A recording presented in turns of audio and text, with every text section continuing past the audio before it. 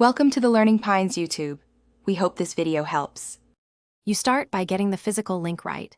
Install the keyboard driver if required, then plug the keyboard into USB or a Midi interface and power it up. Once done, open your operating system's Midi device list or device manager to confirm the keyboard appears. This step matters because Adobe Audition doesn't directly host Midi instruments, so a recognized Midi device is the foundation for routing notes into a host instrument or for triggering external software that will send audio. Next, you establish routing.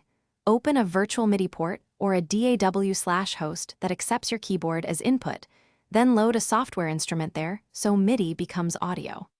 Make sure the instrument's audio output uses the same audio device Audition will record from. If needed, create an aggregate or select an ASIO driver so both apps share the interface. Once the synth plays sound from your keyboard, you can monitor and adjust levels. This lets Audition capture rendered audio even though it isn't playing the Midi itself. Finally, open Adobe Audition and select the aggregate or ASIO device under Preferences Audio Hardware so Audition reads the synth's audio. Create a multi-track session, arm a track, pick the synth's output as input, then record while you play the keyboard. Once recorded, you can edit, apply effects, and export.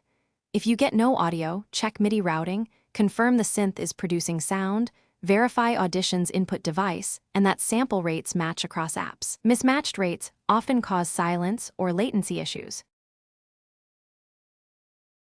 Thanks for watching. Consider subscribing if we helped you.